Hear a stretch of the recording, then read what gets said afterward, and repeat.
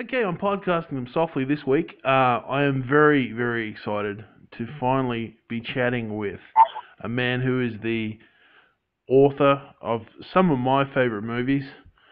Among his credits, Ladyhawke, Enemy Mine, Dragon, the Bruce Lee story, Submerged. He also did some writing on the TV movie of Merlin, which had a huge cast starring Sam Neill, Rutger Hauer, Isabella Rossellini. Podcasting them softly is very, very excited and very thrilled to have Edward Khmara. Edward, thank you for being on the show. Oh, it's my pleasure, Kent. Oh, fantastic. So, Edward, could you tell us, best place to start is at the beginning. Could you tell us a little bit about your journey before you came to the movie business?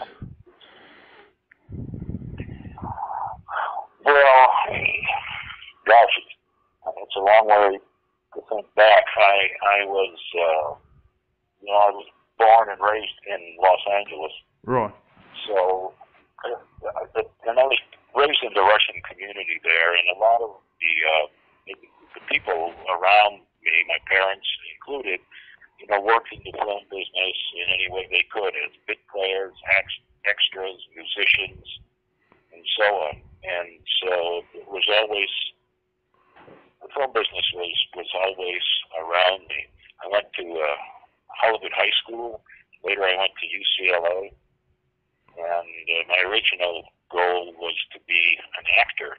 Okay. But somehow the writing broke through first.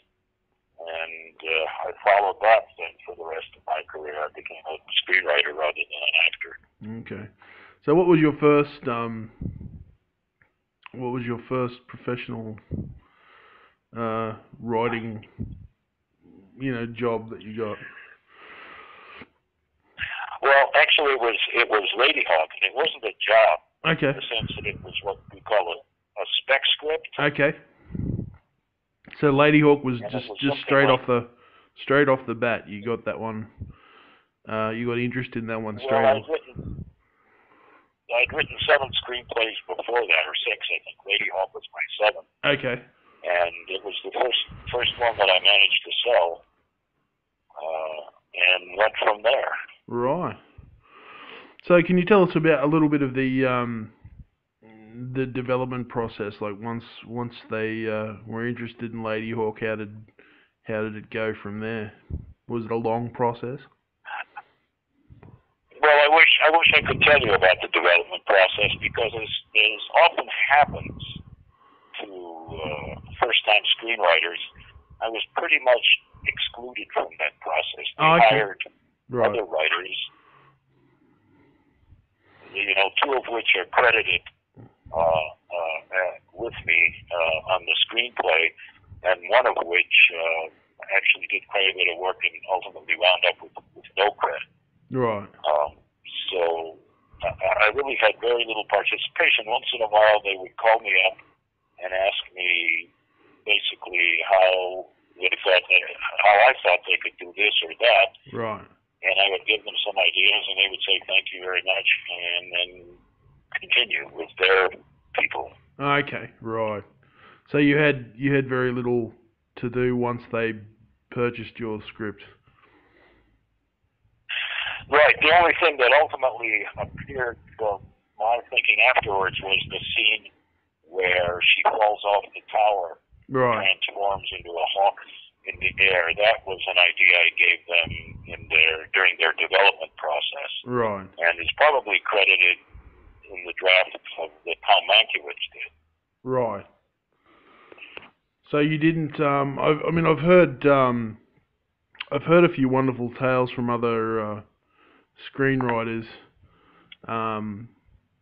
Since I've been doing this, wonderful tales that they got to, be part of the whole thing, and they were there when it was filming. So, but that wasn't the case for you, was it? You didn't get to visit the shoot or anything like that, did you? Not with Ladyhawke. No, Okay. I spent a lot of time on the set of Enemy Mine in Germany. Oh, okay. I was quite involved in that project. Well, you know, I don't know. There's a bit of a story to tell there. If you want me to tell it. right. But well, anyway, coming to Enemy Mine, which is one of my favourite movies, was Hell in the Pacific an influence on that movie at all? Well, you know, I thought so. You know, it was based on a story. Right. By right now the Barry name's escaping me at the moment. That's all right. The original writer, Barry. It was an 80-page short story. Right.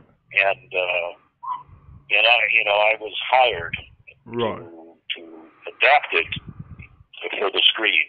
And so while I have sole screenwriting credit, the original short story writer is credited also as, you know, based on. Right. I understand that initially Wolfgang Petersen was not the director, that he was brought on after the original director. Yeah, that's right. The original director was an English director named Richard Longcrane. Right. Who I think is a brilliant director and had some really wonderful ideas for the screenplay and for the movie. But you know, we were shooting in Iceland and weather problems developed and the budget got out of hand and the studio decided to pull the project. And when they started again, they started with Wolfgang Petersen. Right. So what was your experience on that film? I mean, unlike Ladyhawke, were you there this time for, like you said, the duration, and you were on set? What were some of your experiences during the filming of Enemy Mine? Well, gosh, maybe one of the most interesting experiences came after the shooting itself, and when the film was being edited. Right. And I was called.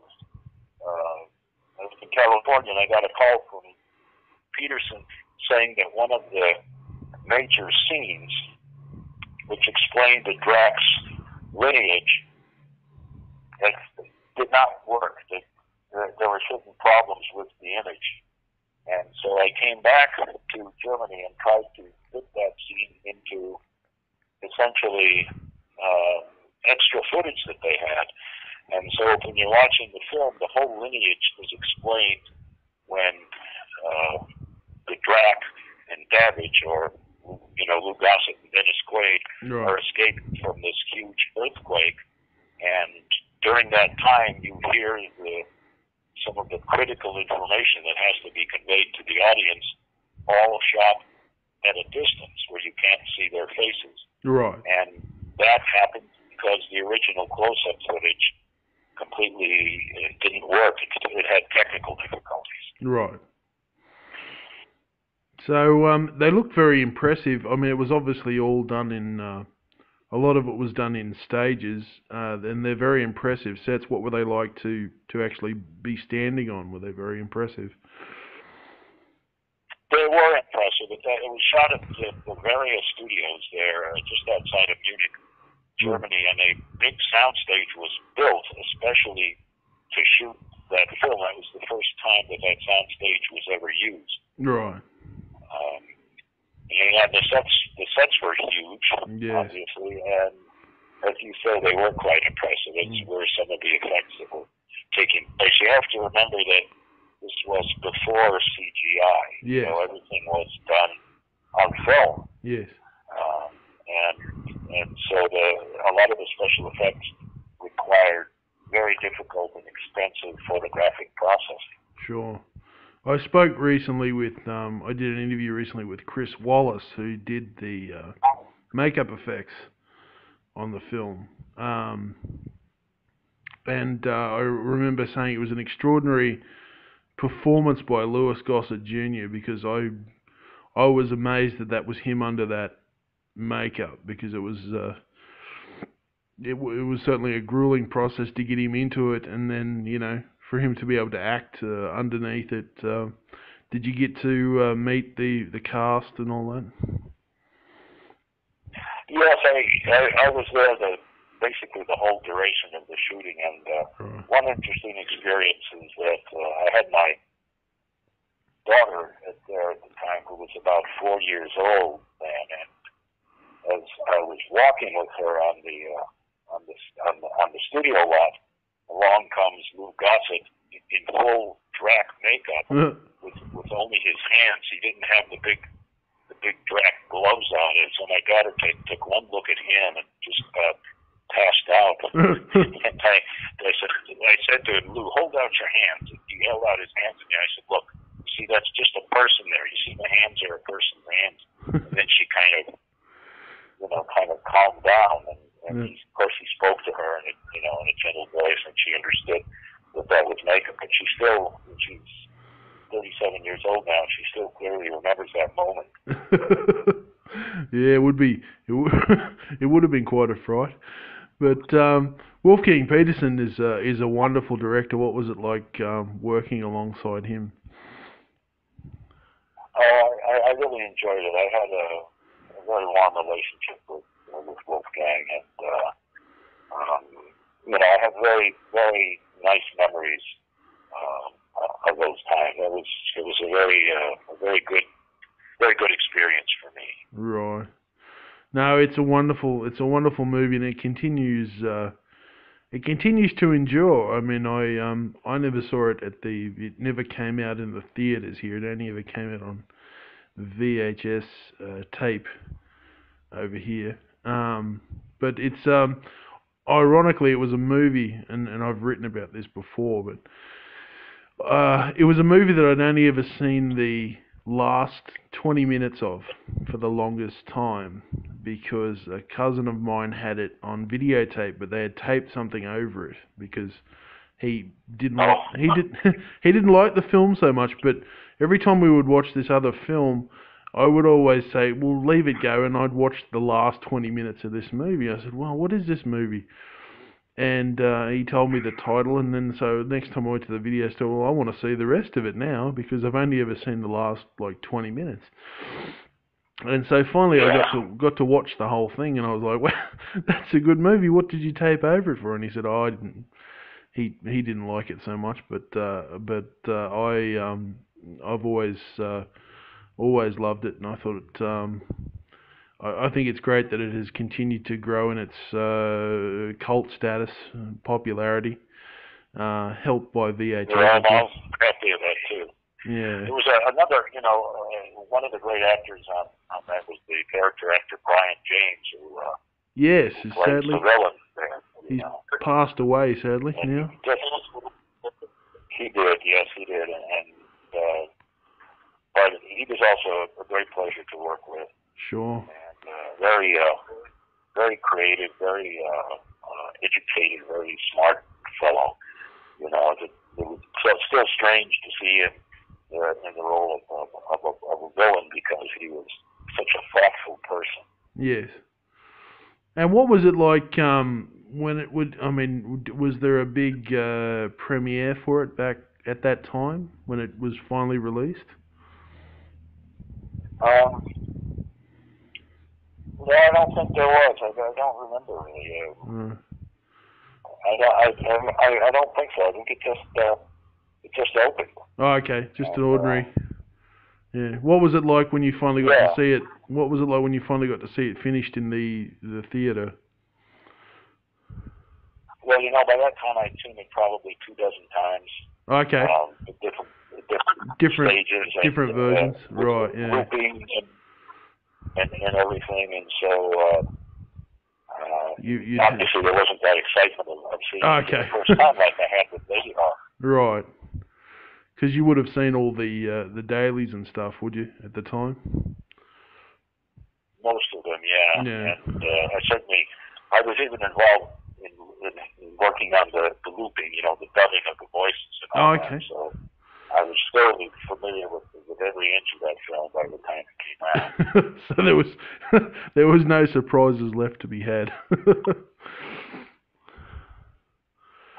I'll tell you one thing that was different. In fact, the story is edited, quite differently than I had written it, and even than it had been directed. So there there's a basic change in structure, which I think works, but that surprised me, and to this day, and when I watch the film, it surprises me because I've seen the other structure so many times that when it makes that shift, right. it's always like, oh yeah, I remember now, they recut it. Right. So how did it play out originally? You know, I would have to look at it again to be really specific. So is it a major plot change or is it a character change?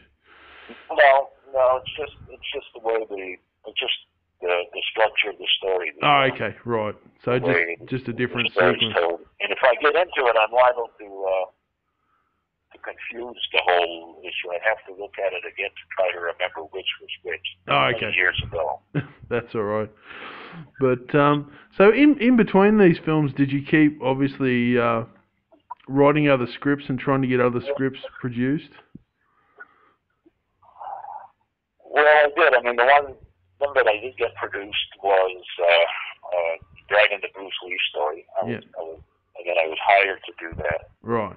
Then I was hired to do the Merlin story. Right. And I got only the story credit, although just at the last minute the Writers Guild determines who gets what kind of credit, you know. Right. So, and then for many years I sort of dropped out of the business. Right. Now I'm trying to get back into the business, but not really writing fantasy or science fiction now. I'm very interested in certain historical events in northern New Mexico. Right. And certain issues of the state where I live now, and so that's what I'm working on at the moment. Cool. So Bruce Lee, you obviously were a fan. Were you a fan of Bruce Lee movies when you took the Bruce Lee job, or you just intrigued by his life story? You know, I wasn't so much a fan of Bruce Lee, but I was a fan of the martial arts. Right. And I can tell you a funny story about that. Right. A strange coincidence, because my children were small, and I used to carpool them to school with one of my neighbors. Right. And he would drive all the kids one day, and I would drive the kids another day, and occasionally we would have breakfast. And he asked me one morning at breakfast, he said, "So what are you working on?" And I said, "I'm working on a movie about Bruce Lee." And he said, "You know, I was director of photography of Enter the Dragon." Wow. And his name was Gil Hubbs. Yep. And he's still active, I believe, and he was the director of photography of Enter the Dragon. There you go. I began to pure coincidence. You know? Wow.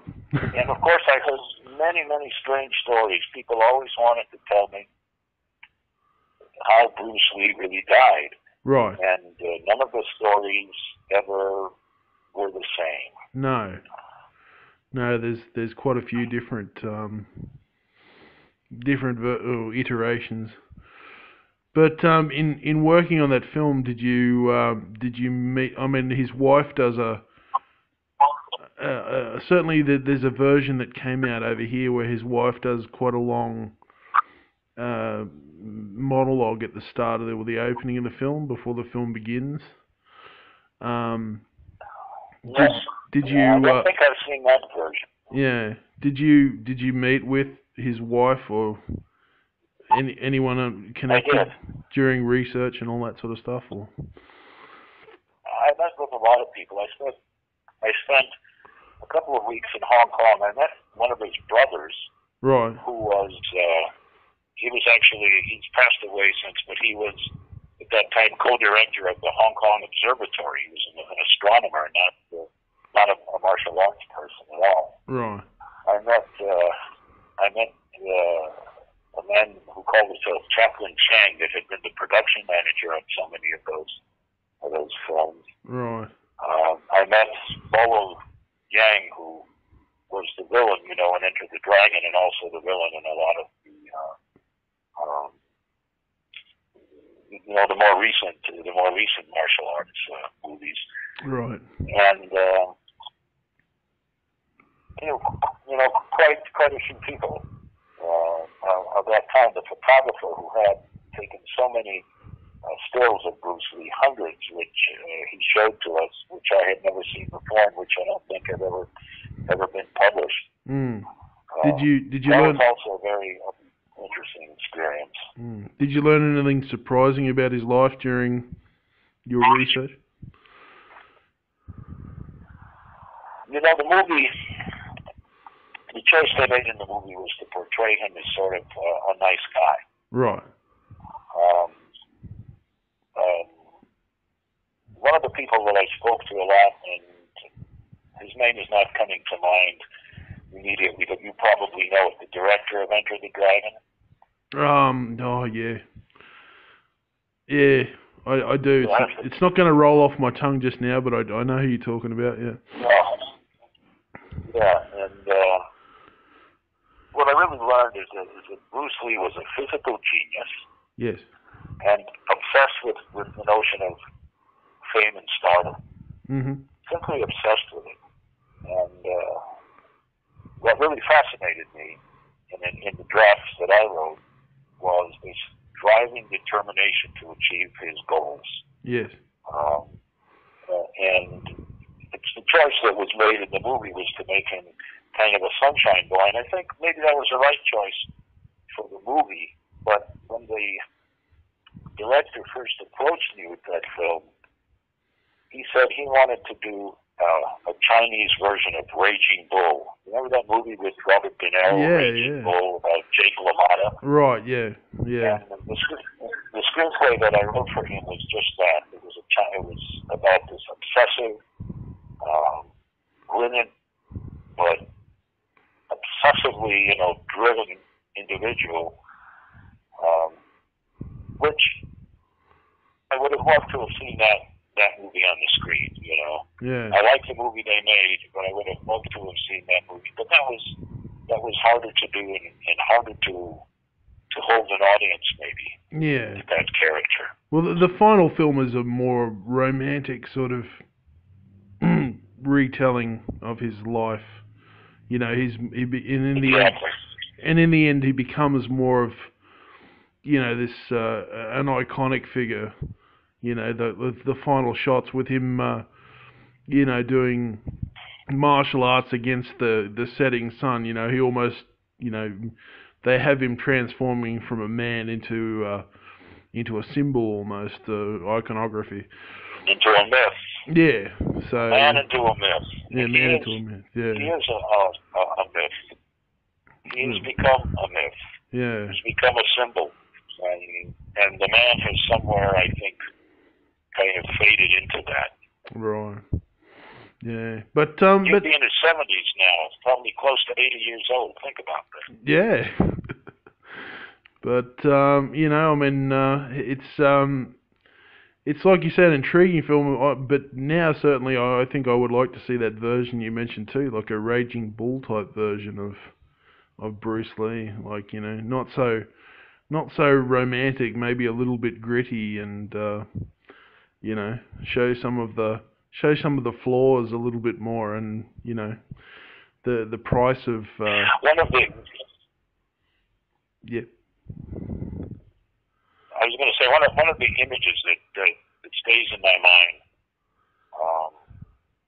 from the book written by the director of Enter the Dragon is Bruce Lee standing outside of Steve McQueen's house, shaking his fist at the house and shouting, "Someday, Steve, I'll be a bigger star than you." Yeah. He was and it came true, didn't it? True, yeah. And he is the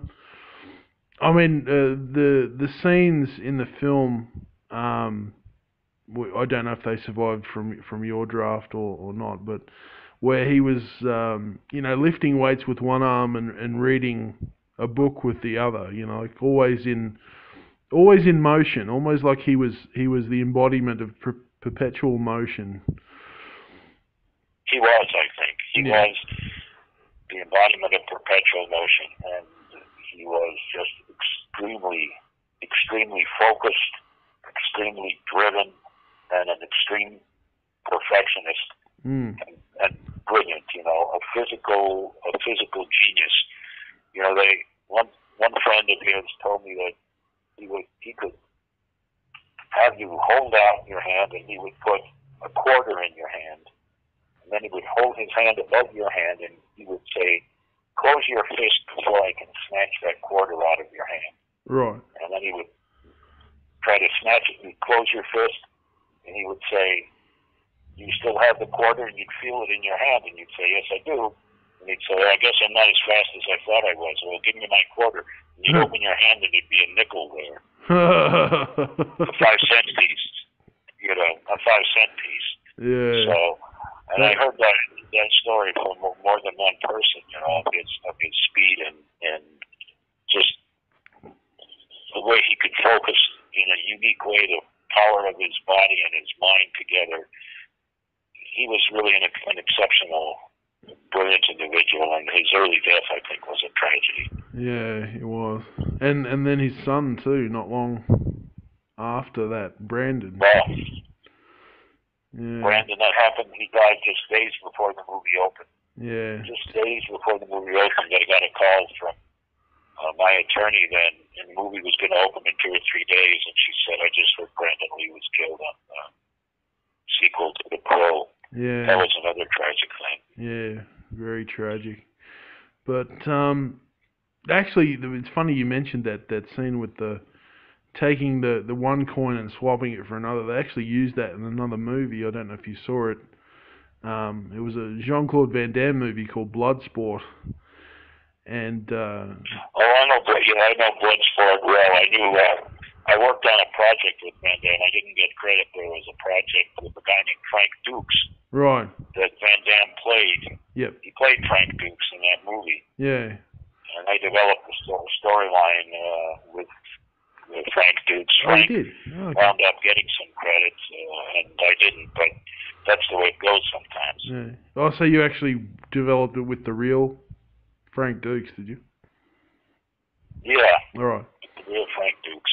Because that there's a scene in that film where he does that trick where he puts like a quarter or something in the guy's hand, and he says, you know, if I can take this before you close your hand, you know, and he goes, "Oh, you lose," but when he opens his hand, it's a different coin. Oh. So I didn't know that. I'd never seen that film. Yeah. I don't even remember the name of the project that we worked on. Yeah.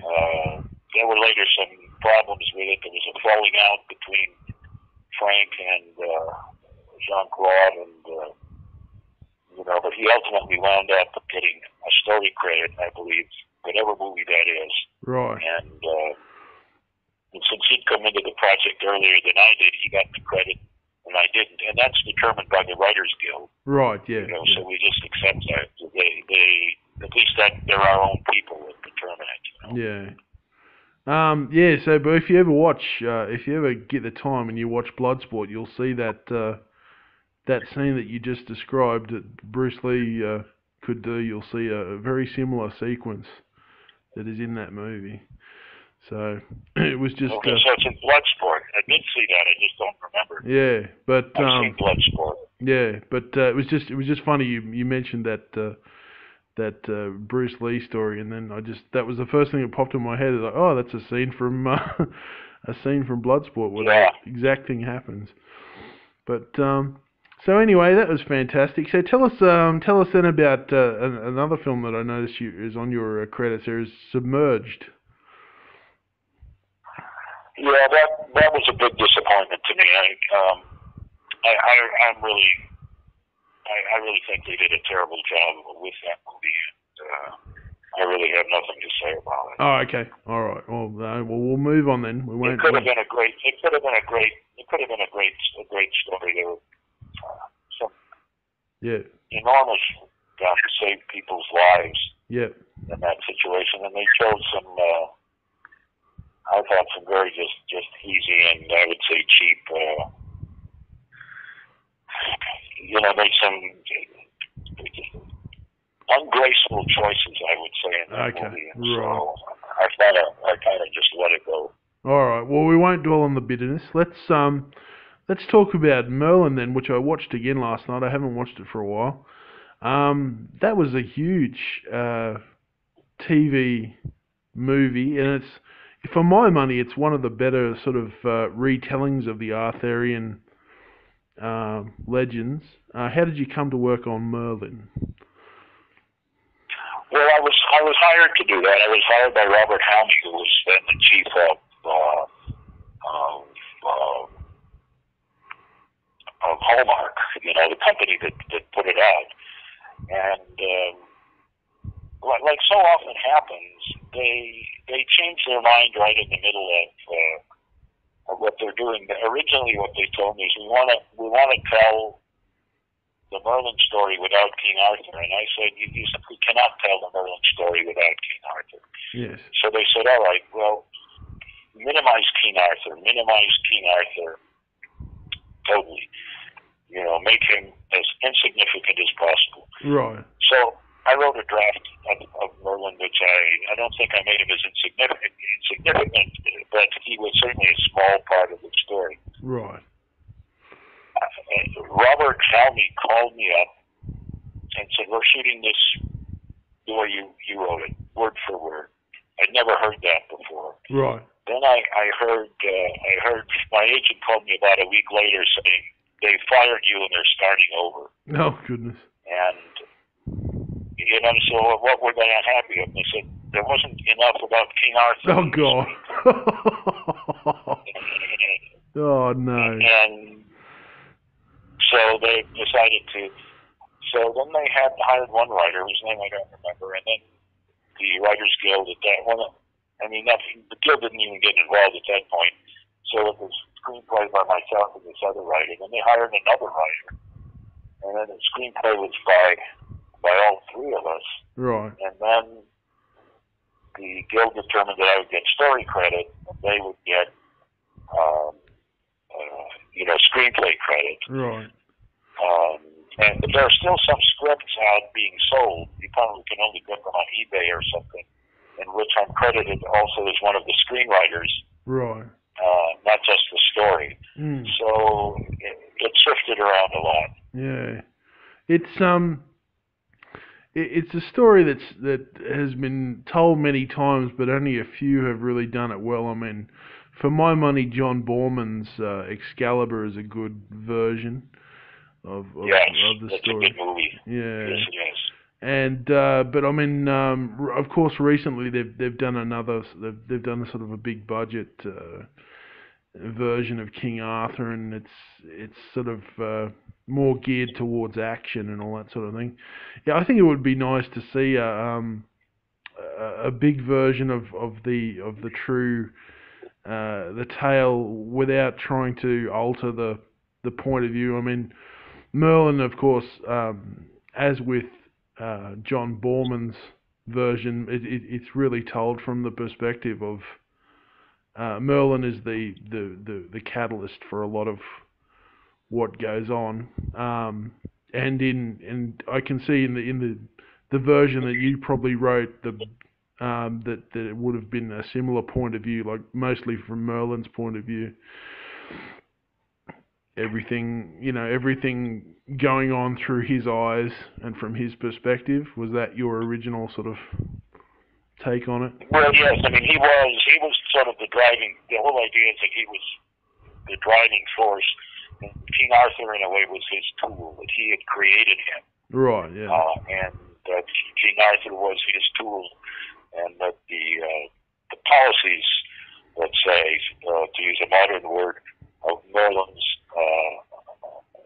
or I should say the policies of King Arthur were really Merlin's policies, where it's Merlin's force and Merlin's ideals that were being forwarded there.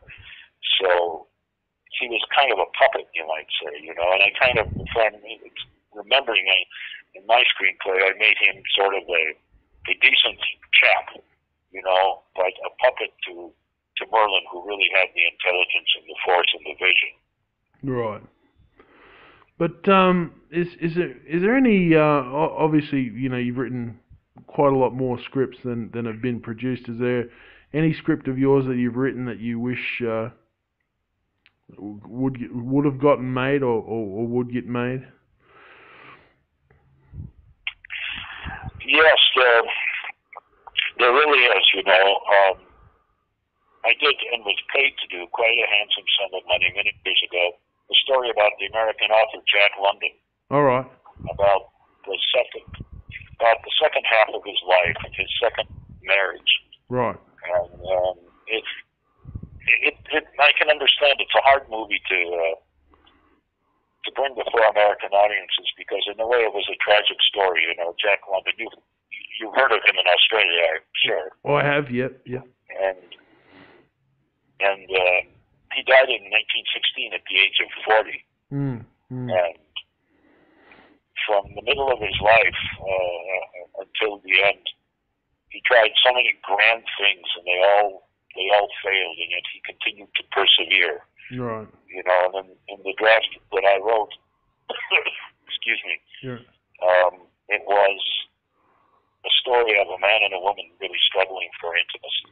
Right. Struggling to find each other amid this kind of a grandiose, because he was like a big movie star, you might say, of his day. He was internationally known. And so I sort of fell in love with that character, and I lived his, I tried to get in his mind and his feelings. The place where he lived and where he died is still very much unchanged, and so you could go there and sort of experience his presence. Right. And I really would love to see that done. And then something I just completed now, which we'll see where that goes in the future, was about a very intense individual who came to northern New Mexico and tried to return to the people of northern New Mexico their rights in the old Spanish land grants, which they received, well over 100 years ago. Well, actually, they received the land grants well over 200 years ago. Right. And so that's basically a story of modern chicanery. Right. How people's rights are stolen. Sure. Well, I wish you all the best for that. I've just finished that one. It happens to it. Wow. Well, I wish you all the best. I hope you get that off the ground. It certainly sounds intriguing. Thank you. But I noticed that you finally got to do a bit of, you said you wanted to do a bit of acting, and I noticed on your credits you were in The Lone Ranger. Yes. How did you come to get in The Lone Ranger?